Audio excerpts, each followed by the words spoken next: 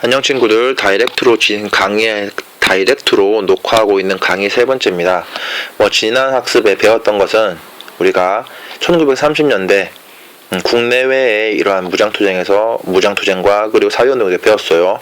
30년대 국내 운동으로서는 이런 것들이 있었죠. 조선반도 내에서는 문명퇴치운동과 이러한 농민노동운동의 직접적인 변화 이런 것들이 있었고, 그리고 국외 무장독립투쟁에서는 먼저 이런 소규모의 인원으로서 진행했던 한인의 우단의 활동이 있었다. 그런 것들을 배웠습니다. 그럼 이제부터는 무장독립투쟁의 전개에 대해서 배울 텐데, 이 부분에서는 여러분들이 지리적인 감각이 좀 있어야 돼요. 무슨 말이냐? 우리 지도를 보면서 한번 확인해 보도록 합시다.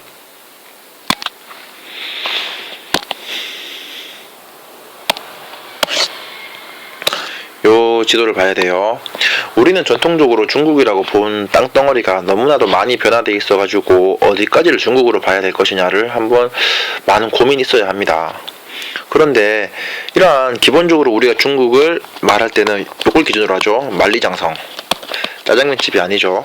자, 아무튼 이러한 만리장성을 기준으로 보는데, 즉슨 중국은 왜 이렇게 긴 장성, 만리나 되는 장성을 쌓았나, 그런 것들이 되겠죠. 즉슨 그리고 쌓은 거는 여기 있는 애들이 여기로 못 들어오도록 막기 위해서 말하다는 뜻이에요. 즉슨 중국 애들이 생각하는 중국은 예전에는 구중국, 이 만리장성 이내가 중국이었단 말입니다.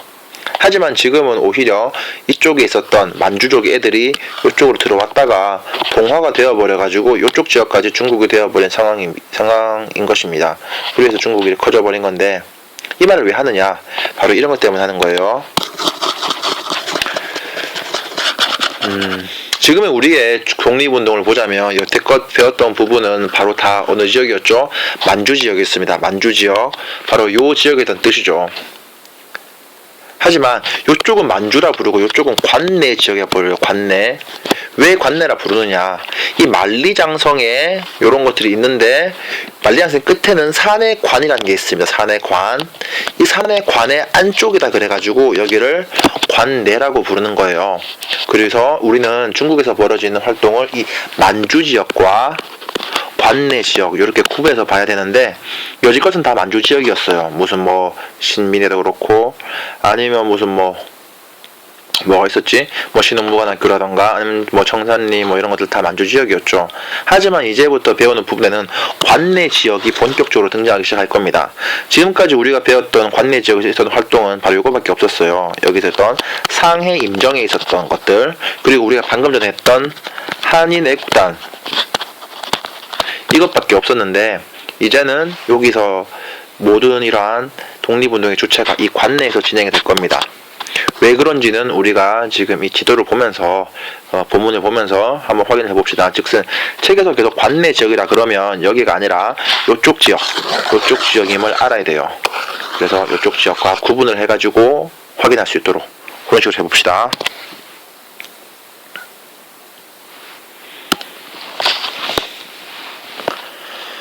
자, 무장독립투쟁의 전개입니다. 무장독립투쟁 1번. 만주에서는 30년대 초 한국독립군과 조선혁명군이 결성되었다. 한국독립군, 조선혁명군 어디서 많이 봤는데, 만주에서? 그렇죠. 여러분들이 우리가 지난번에 이런 간도 참변에서부터 3부의 성립, 그리고 3부를 합치려고 했던 국민부 그리고 혁신의회, 그런 것들이 발전된 한국독립당과 조선혁명당이 있었다고 이야기했습니다.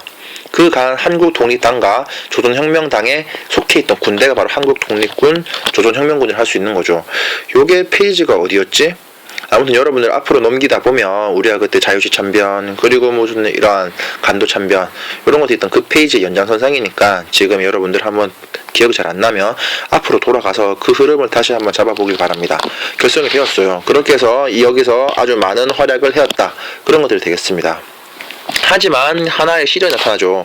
일본이 바로 만주사변을 일으킵니다. 1931년이죠. 일으켜서 우리 이러한 군대들은 중국군과 연합하여 많은 전투에서 일본군의 승리를 하였습니다.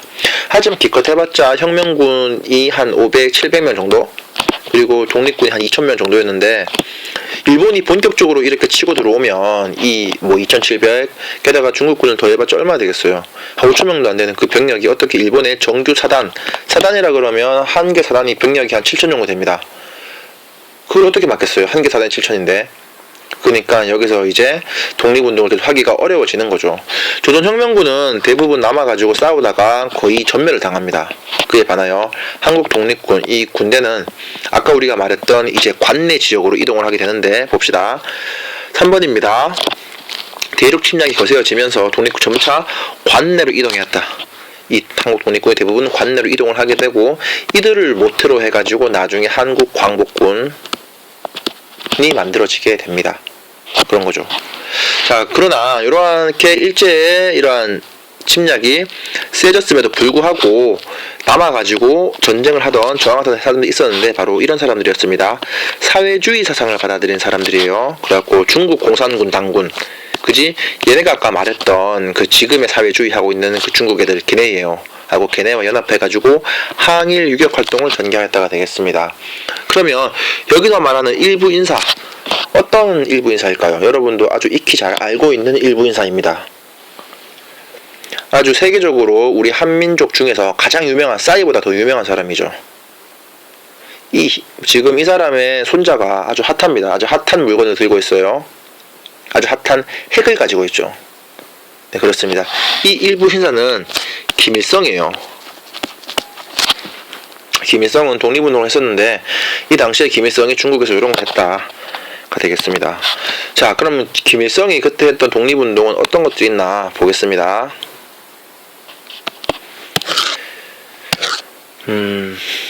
요거예요. 자, 함남 보천보를 습격했다. 보천보를 습격했다 말이 되겠습니다. 한창 이러한, 그리고 이건 호외예요. 호외.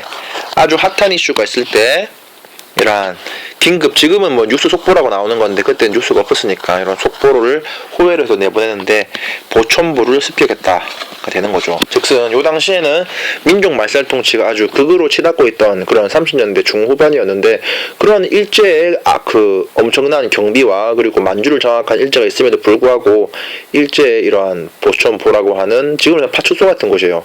습격했다고 하는 거는 우리 민족이 그 당시에 이렇게 숨죽이던 상황에서 엄청나게 이러한 자랑할 만한, 그리고 자긍심을 느낄 만한 활동이었는데, 근데 그거를 바로 이른 김일성 일파가 했다는 거죠.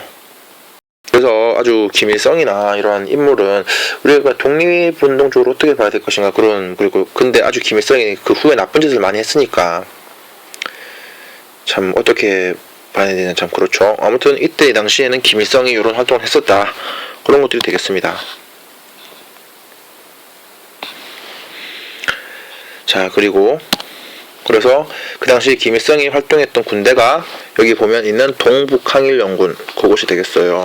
동북항일연군이 하게 되었다.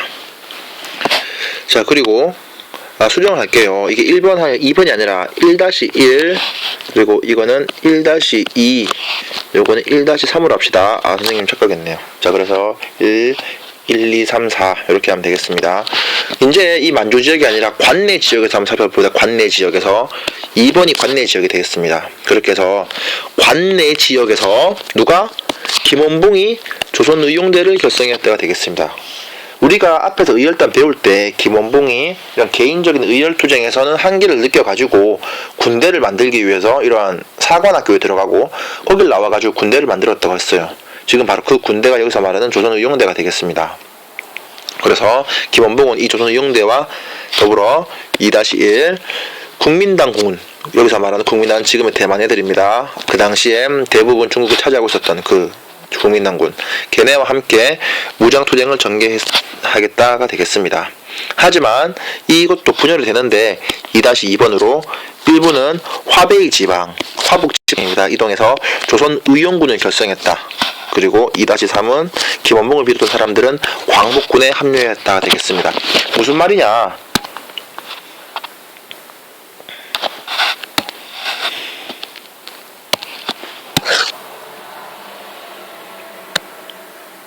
광복군인데 여기 있네요. 김원봉이 여기서 맨 처음에 조선의용대를 만들어요.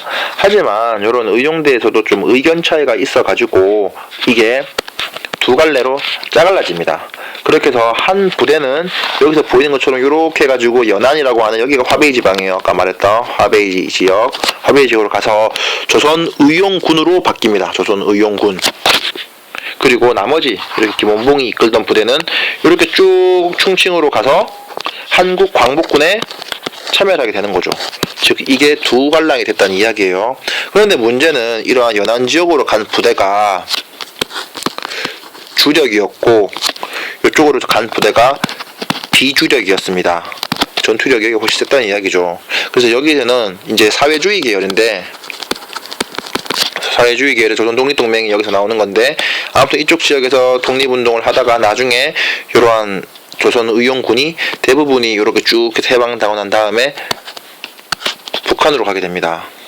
그렇게 해서 나중에 6.25 전쟁 때 이렇게 우리로 밀고 내려오는, 그 당시에 우리나라 군대가 그렇게 속수무책으로 밀린 거는 이렇게 중국에서 실전 경험이 컸던 부대들이 내려와서 쓸었기 때문에 바로 3일 만에 수도가 빼앗기고 이런 일이 벌어지게 된 거죠. 자, 아무튼 그래서 김원봉은 이쪽으로 가지 않고 한국 광복군으로 와서 한국 광복군에 참여를 하게 된다. 그 말이 되겠습니다.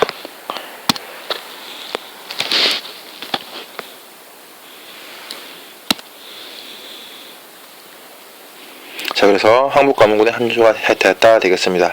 이러한 무쟁투쟁의 결과 등장하게 된 배경 단체가 바로 한국광복군이에요. 자, 봅시다. 1번입니다. 임정은 충칭에 정착했다. 충칭에 정착하여 조직과 체제를 재정비하였다. 그래서 어떠한 식으로 재정비하였나? 먼저 한국광복군을 창설했습니다. 그리고 건국강령을 발표했어요. 그래서 독립운동 세력을 하나로 모았다가 되겠습니다. 이 건국강령이라고 하는 거는 이제 모든 단체들을 임종으로 다 끌어모아가지고 우리가 곧 있으면 나라를 되찾을 텐데 어떻게 나라를 되찾을 것이냐를 만든 거예요. 꼭 봅시다. 정치, 경제, 교육의 균등. 우리나라처럼 차별이 아니라, 지금처럼 차별이 아니라 균등.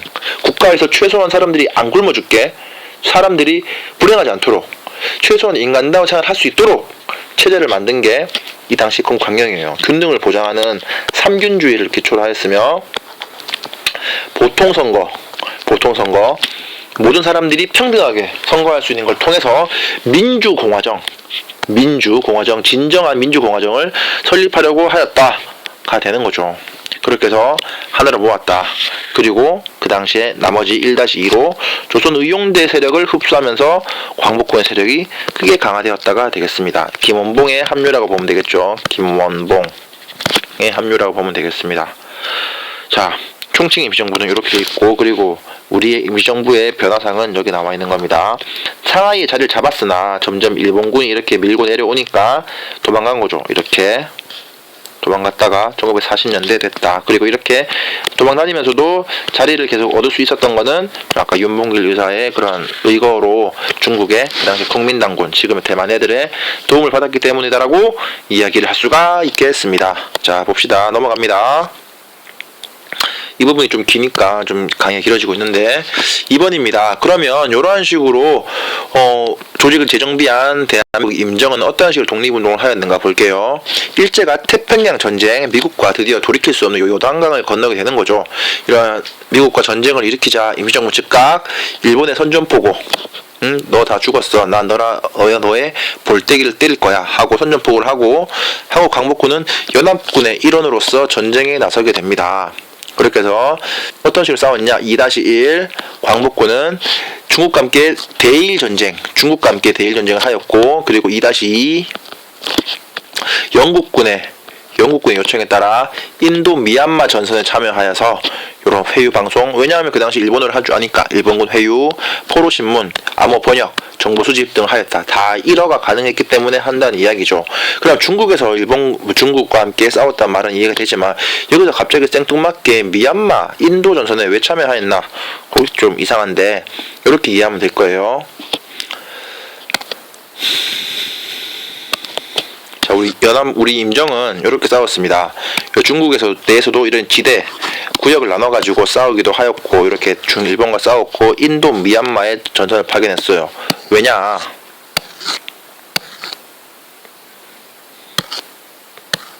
이걸 좀 알 수 있는 거죠. 일본은 태평양 전쟁을 일으키면서 이쪽에 동남아 지역에 있는 자원을 노렸습니다. 노렸는데 문제는 이쪽 반도예요. 여기는 원래 이쪽 베트남 지역은 프랑스의 땅이었고 여기는 영국, 여기도 여기 타일랜드는 여기는 중립이었죠. 그리고 버마 여기도 영국 땅이었어요. 왜냐하면 영국이 지키려고 했던 곳은 궁극적으로 카레 형들이었어요. 지금의 중국을 뭐 다음으로 해가지고 가장 많은 단일 국가에서 인구가 많은 곳이 바로 카레국이죠. 인도란 뜻이에요. 이런 인도에서 엄청난 많은 재화를 팔 수도 있고 그리고 많은 이런 재화를 약탈할 수도 있고 그렇기 때문에 인도를 중시했는데 그곳을 바로 일본이 침범하려고 한다. 바로 그거 되는 겁니다. 그러다 보니까 영국에서는 입장이 곤란하죠. 이걸 막아야 되는 거예요. 그러면 왜 이 당시에 영국은 일본보다 훨씬 센데 이러한 사람들에게 도움을 청했을까? 그거는 바로 그겁니다. 이때가 바로 제2차 세계대전 중이었다. 그러니까 영국은 지금 유럽에서 독일과 싸우기 바쁜데 여기를 어떻게 신경을 쓸까요? 심지어 이 당시에 프랑스, 여기를 가지고 있던 프랑스는 이미 독일한테 먹혔어요. 히틀러가 이런 에펠탑 앞에서 사진을 찍고 그렇게 해서 이 당시에 프랑스는 지구상에 없는 국가입니다. 뭐 망명 정보가 있었다고 하지만 뭐 그거는 거의 엄연히 다 이런 독일의 꼭두각시였으니까.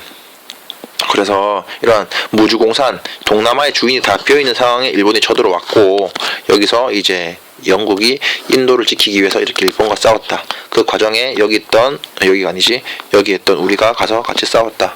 그런 식으로 이해를 하면 되겠습니다.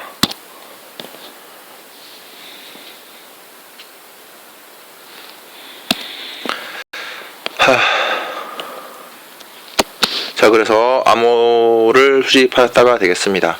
하지만 이런 식으로 계속 남의 싸우는데 깨짝깨짝해서는 안 된다. 왜냐하면 나중에 우리가 독립을 하면 야, 너 독립할 때 뭐 했어? 라고 물어봤을 때 야, 우리가 그때 싸웠잖아. 우리가 우리나라 지키려고 이만큼 싸웠잖아. 그러니까 우리는 우리 스스로 힘으로 정부를 세울 거야. 우리 스스로 뭘 할 거야. 라고 이렇게 나중에 연합군한테 말할 수 있는 그런 게 명분이 서겠죠. 그렇게 해서 3번으로 임정은 자주 독립을 하기 위해서 우리 힘으로 항복을 받아야 한다고 판단했습니다. 그렇게 해서 어떤 계획을 세우냐면 3-1입니다. 대원들을 국내에 침투시켜 몰아낼 계획을 세우고 OSS와 함께 훈련시켜 준비하였다. 이게 무슨 말이냐?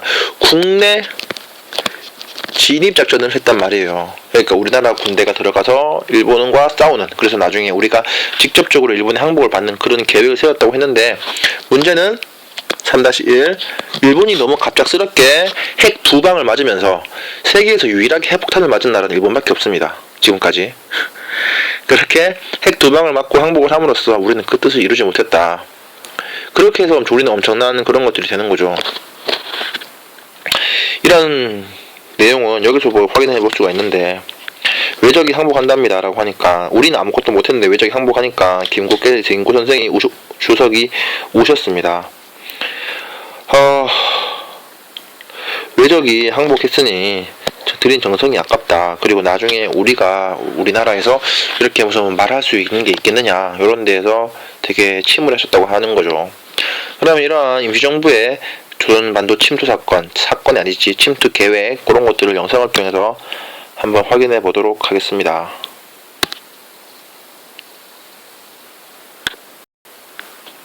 답답한 로딩 속도, 어려운 컨트롤.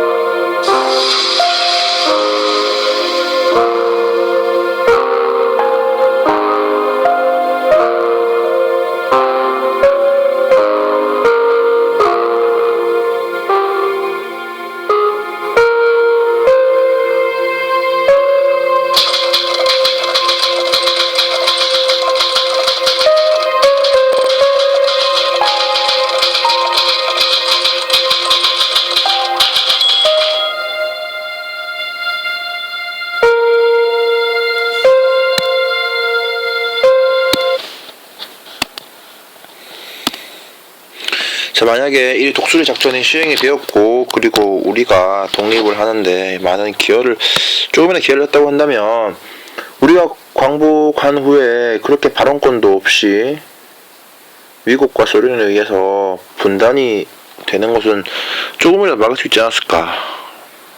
너무 아쉬움이 드는 부분입니다.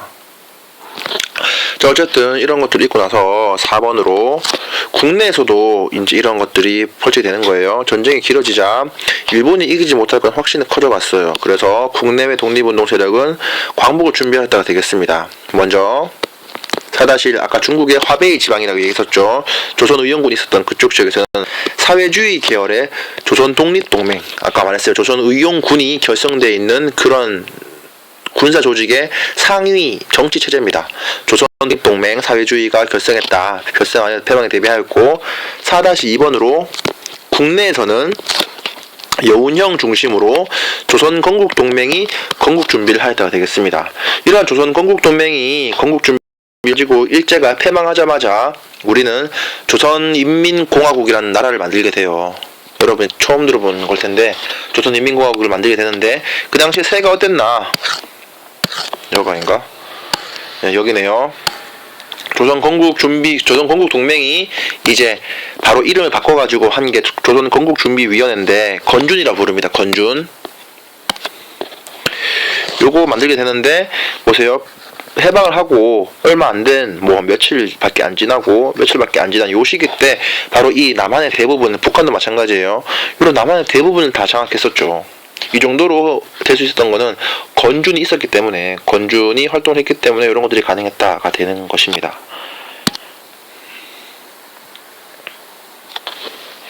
자, 그래서 여기까지 해서 우리 30-40년대 무장 독립투쟁을 다 학습해 봤습니다. 30-40년대 무장 조그만 개념으로 의열투쟁을 벌였던 한인 애국단이 존재하였고, 이런 한인 애국단과 무장 독립운동을 투쟁했던 이러한 혁명 군대가 이제, 그리고 이러한 관내에서 만들었던 의용대, 이런 조직이 광복군으로 통합이 되고, 통합된 광복군은 이런 식으로 연합군의 일원으로서 참전을 했다. 근데 문제는 나중에 되면 이런 참전이 인정받지 못하게 되고 다 이런 게 물거품이 된다는 게 문제죠. 아무튼 이런 하고 있을 때 국내에서도 여운형을 중심으로 건국통해서 일제 패망에 대비를 하였다가 되겠습니다. 자, 그러면 잠시 쉬다가 민족, 이런 30-40년대 민족 말살 통치에 대해서 문화 부분에서는 어떻게 저항을 하였나를 한번 살펴보도록 할게요.